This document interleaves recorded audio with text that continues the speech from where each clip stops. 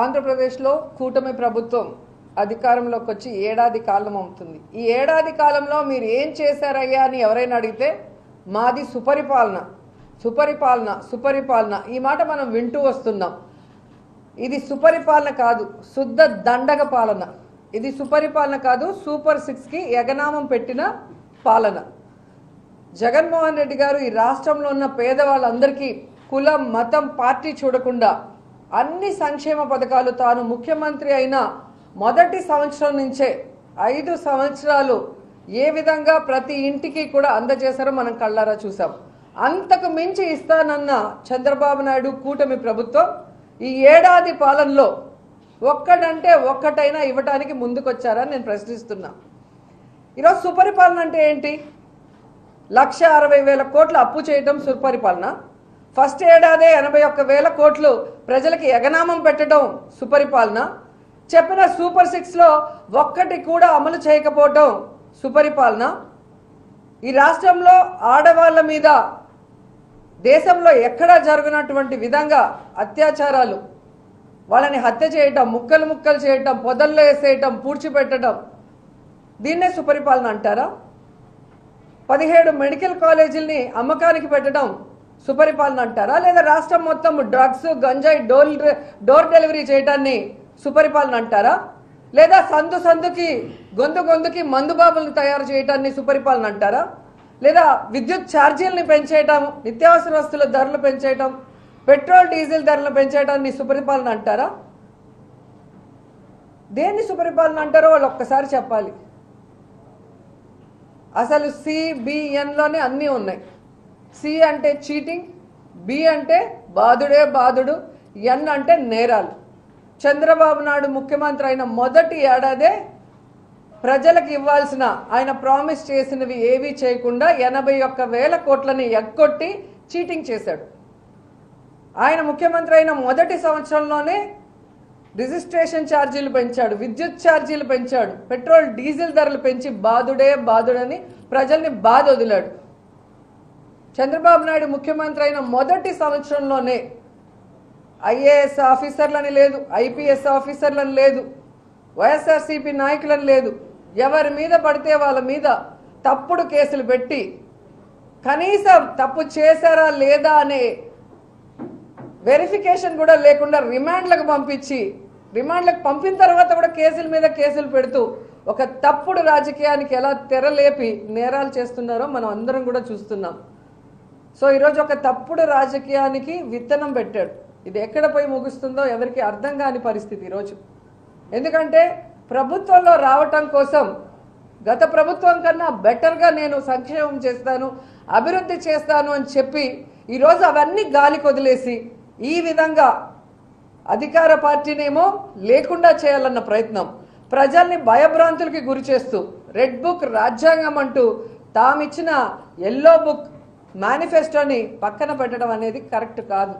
ఈ సంవత్సర కాలంలో మీరు చూడండి, ఏది చేయకుండా మళ్ళీ సిగ్గు లేకుండా కళ్ళార్పకుండా ఎంత బాగా అబద్ధం అంటే సూపర్ 6 మేము చేసేసాం అని ఒక ముఖ్యమంత్రి నిస్సిగ్గుగా అబద్ధం చెప్తుంటే ప్రజలు ఆశ్చర్యపోతున్నారు. మళ్ళీ మాట్లాడతారు, ఎవరైనా సూపర్ 6 గురించి మాట్లాడితే వాళ్ళకి నాలుక మందం అంట. మీరు ప్రజలకు ఇస్తామన్నవి ఇవ్వకుండా నాలుక మడత పెట్టినట్టు ఇవన్నీ మడత పెట్టేసి అడిగినోడికి నాలుక మందం అంటే ప్రజలు ఏమన్నా పిచ్చోళ్ళు అనుకుంటున్నారా? చంద్రబాబు నాయుడు గారు, లోకేష్ గారు, పవన్ కళ్యాణ్ గారు అని ప్రశ్నిస్తున్నా. మొన్న వెన్నుపోటు దినంలో ప్రజలందరూ కూడా స్వచ్ఛందంగా ప్రతి నియోజకవర్గంలో కూడా బయటకు వచ్చి ఈ ప్రభుత్వం మీద ఎంత వ్యతిరేకత ఉందో చూపించగానే ఈ కూటమి ప్రభుత్వానికి కూసాలు కదిలే. నిన్న పొదలిలో జగనన్న ప్రోగ్రాంకి రైతులకి మద్దతుగా వెళ్తే అక్కడ వచ్చిన జన సముద్రం అని చెప్పచ్చు. కిలోమీటర్లు జనం పరిగెడుతూనే ఉన్నారు. ఇది డబ్బు ఇస్తే వచ్చేది కాదు, గుండెల్లో ప్రేమ అభిమానం ఉంటే వచ్చేది. ఆ జనాన్ని చూసి ఏం చేయాలో అర్థం కాక పిచ్చెక్కి అప్పటికప్పుడు అమ్మఒడిని అనౌన్స్ చేస్తారు. సంవత్సర కాలంలో అనౌన్స్ చేయండి. ఇదే లోకేష్ని నేను సూటిగా ప్రశ్నిస్తున్నాను. ఆ రోజు జగనన్న అమ్మఒడి ఇచ్చేటప్పుడు అమ్మకు ఒడి నాన్నకు బుడ్డి అని ఎగతాళి చేసావే, మరి ఈరోజు ఎలా వాటిని ఇవ్వగలుగుతున్నావు? అమ్మఒడి సృష్టికర్త జగన్మోహన్ రెడ్డి గారు. ఎన్ని సంవత్సరాలైనా చరిత్రలో జగనన్న నిలిచిపోతాడు అమ్మఒడికి. పేదవాడికి మంచి చదువును అందించే విధంగా వాళ్ళకి స్కూల్స్ రెనోవేట్ చేసి వాళ్ళకి బుక్స్, యూనిఫాము, పౌష్టికమైన ఆహారాన్ని ఇచ్చి వాళ్ళకు ఒక నాణ్యమైన చదువుని ఇస్తే జీవితంలో స్థిరపడతారనుకుంటే దాన్ని ఎంత ఎగతాళి చేశారు. ఈరోజు మీరు దాన్ని అమలు చేస్తున్నారంటే ఆ అమ్మఒడి పవర్ ఏంటో ఒకసారి తెలుసుకోండి. జగనన్న పిల్లలకి పరిశుభ్రంగా ఉండాలని మెయింటెనెన్స్కి ఒక సచివాలయ సెక్రటరీ ద్వారా ఒక 1000 రూపాయలు తీసుకుంటే ఎంత నానాయాగి చేసావు? జగన్ సైకో అన్నావు. మరి ఈరోజు నువ్వు ఒక్క బాత్రూమ్ కూడా కట్టలేదు ఏ స్కూల్లో కూడా. మరి దేనికి 2000 కట్ చేసావు? అప్పుడు నిన్నేమనాలి? సైతాన్ అనాలా, సైకో అనాలా, లేకపోతే ఏమనాలో నువ్వే కాస్త చెప్పు అని అడుగుతున్నాను. కనీసం 10వ తరగతి పేపర్స్ని దిద్దడం కూడా మీకు చేత కాకుండా పిల్లల భవిష్యత్తుని సర్వనాశనం చేసిన నీకు జగనన్న గురించి మాట్లాడే అర్హత ఉందా అని అడుగుతున్నాను లోకేష్ని. నిన్ను చూసి లోకేషా జోకేషా అని ఈరోజు అందరూ నవ్వుకుంటున్నారు. ఏం జరిగినా నిమ్మకు నీరెత్తినట్టు పవన్ కళ్యాణ్ గారు. ఎవడు ఏడసస్తే నాకేంటి, ఎవడు ఎక్కడ కొట్టుకుపోతే నాకేంటి, నేను ఎమ్మెల్యే అయిపోయా, డిప్యూటీ సీఎం అయిపోయా, నాకు పవర్ ఉంటే చాలు, నాకు హెలికాప్టర్ ఉంటే చాలు, నాకు ప్యాకేజ్ ఉంటే చాలు అన్నట్టు ఉన్నాడు. కానీ ఈరోజు పిల్లల జీవితాలు నాశనం చేస్తుంటే పేపర్ కరెక్షన్లో అన్ని తప్పులు దొర్లి పట్టించుకోడు. రాష్ట్రంలో ఇంతమంది ఆడపిల్లల్ని చంపేసి ముక్కలు ముక్కలు చేసేసి విసిరేస్తుంటే కూడా మాట్లాడు. రైతులకి ఎవ్వరికి కూడా గిట్టుబాటు ధర లేక ఈరోజు ఆత్మహత్యలు చేసుకునే పరిస్థితికి వస్తుంటే కూడా నోరెత్తి మాట్లాడు. ఇలాంటి వాళ్ళకి ఎందుకు ఓట్లు వేసామని ఈరోజు ఎవరన్నా వేసిన వాళ్ళు ఉంటే వాళ్ళు కూడా తలలు కొట్టుకుంటున్నారు.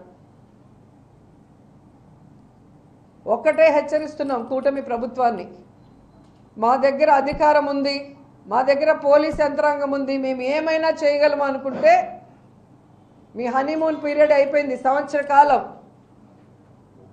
మీరు ఏ విధంగా అయితే దొంగ కేసులు పెట్టి కొమ్మినేని గారు లాంటి వాళ్ళని పెట్టినప్పుడు సుప్రీంకోర్టు ఎలా చెంపదెబ్బ కొట్టిందో మీరు చూశారు. సో మీ బ్యాడ్ టైం స్టార్ట్ అయింది.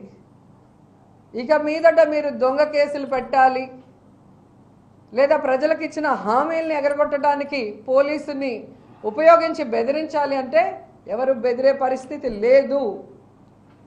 కౌంట్ డౌన్ స్టార్ట్ అయింది. ఇప్పటికైనా మీరు మీ పందా మార్చుకోండి. రెడ్ బుక్ రాజ్యాంగాన్ని పక్కన పెట్టండి. మీరు ఇచ్చిన ఎల్లో బుక్ మేనిఫెస్టోని అమలు చేయడానికి ప్రయత్నించండి.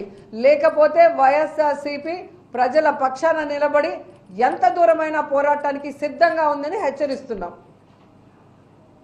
చంద్రబాబు నాయుడు చిత్తూరు జిల్లాలో పుట్టినందుకు చిత్తూరు జిల్లా వాసులందరూ సిగ్గుపడి తలదించుకుంటున్నారు.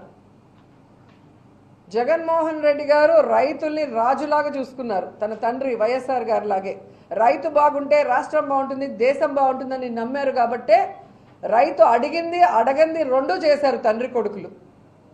కానీ ఈరోజు రైతుల పరిస్థితి మళ్ళీ ఆత్మహత్యల వైపుకు వెళ్ళటం అనేది మనం గమనిస్తున్నాం. జగనన్న ఉన్నప్పుడు 40-50 రూపాయలు పోయిన కిలో ఇప్పుడు 4 రూపాయలు 5 రూపాయలు కూడా పోలేదంట. నిన్నెవరో చెప్పి బాధపడుతున్నారు. ఇక్కడైతే తిరుపతిలో కొన్ని వాళ్ళ సామాజిక వర్గానికి చెందిన ఫ్యాక్టరీల్లో వాళ్ళవి మాత్రమే అన్లోడ్ చేసుకుంటున్నారు, మిగతా వాళ్ళవి చేసుకోవట్లేదని నాకు చెప్పినప్పుడు నిజంగా ఆశ్చర్యపోయాను, ఇలా కూడా ఉంటుందా అని. ఇదే విధంగా మనం కనుక చేసుంటే ఈ రాష్ట్రంలో ఓన్లీ వైఎస్ఆర్సీపీ వాళ్ళకి మాత్రమే సంక్షేమ పథకాలు, ఓన్లీ వైఎస్ఆర్సీపీ వాళ్ళకే ఏదైనా చేసుండి వీళ్ళలాగా తప్పుడు కేసులు పెడితే వీళ్ళు రాష్ట్రంలో బతికుండే వాళ్ళని నేను ప్రశ్నిస్తున్నా. రైతుల్లో కూడా క్యాస్ట్ చూసి, కులం చూసి, పార్టీ చూసి వాళ్ళను కూడా మోసం చేయటం అనేది దిగజారుడు రాజకీయం తప్ప మరొకటి కాదు. సనాతన యోధుడు ఎక్కడున్నాడో అర్థం కావట్లేదు. కుంభమేళాలో పోయి మునిగి తిరుపతిలో వచ్చి ఒక మీటింగ్ పెట్టి ఊగిపోయి మాట్లాడాడు. కానీ ఈరోజు తిరుపతిలో వారాహి అమ్మవారు చాలా పవర్ఫుల్. అంత ధైర్యం వాళ్ళకి ఎక్కడి నుంచి వచ్చిందో ఆ టెంపుల్ని నేలమట్టం చేయటం. ఆ తర్వాత దామినీడ్లో ప్రజలే తరిమి తరిమి కొట్టారు. సో ఇట్లా దేవాలయాలను సైతం నేలమట్టం చేసి ఆ ల్యాండ్స్ని కబ్జా చేయాలనుకునే దౌర్భాగ్య స్థితికి వీళ్ళు దిగజారుతున్నారు. అంటే అసలు పరిపాలన గాడి తప్పిన మాట వాస్తవం కాదా అని అడుగుతున్నా. ఇక్కడ ఎవరికైనా చంద్రబాబు నాయుడు చూస్తే భయం ఉందా? పోలీసులు చూస్తే భయం ఉందా? ఏమీ లేదు. విచ్చలవిడిగా దోచుకోవటం, అవినీతి చేయటం, అక్రమ కేసులు పెట్టడం, అరాచకాలు సృష్టించడం, ఇది తప్ప ఈ రాష్ట్రంలో ఏమీ లేకుండా చేస్తున్నారు, సర్వనాశనం చేస్తున్నారు. అందుకే వైఎస్ఆర్ కాంగ్రెస్ పార్టీ ఈ రాష్ట్రాన్ని కాపాడటానికి, సేవ్ ఏపీ, అలాగే ఆంధ్ర రాష్ట్ర ప్రజల్ని కాపాడుకోవటానికే ఈరోజు కంకణం కట్టుకొని రాష్ట్ర వ్యాప్తంగా మొన్న వెన్నుపోటు దినోత్సవాన్ని నిర్వహించాం. ఈ ప్రభుత్వం చేసిన ప్రజా వ్యతిరేక విధానాలని బయటకు తీసుకొచ్చాం. ప్రజలు స్వచ్ఛందంగా ఎలా బయటకు వచ్చారో మీరు చూశారు. రాబోయే కాలంలో ఈ కూటమి ప్రభుత్వం కూసాలు కదిలే విధంగా వాళ్ళ అవినీతిని ఎండగడుతూ ప్రజలకు ఇచ్చిన హామీలు నెరవేర్చే విధంగా వాళ్ళందరినీ కూడా మెడలు వంచుతాం.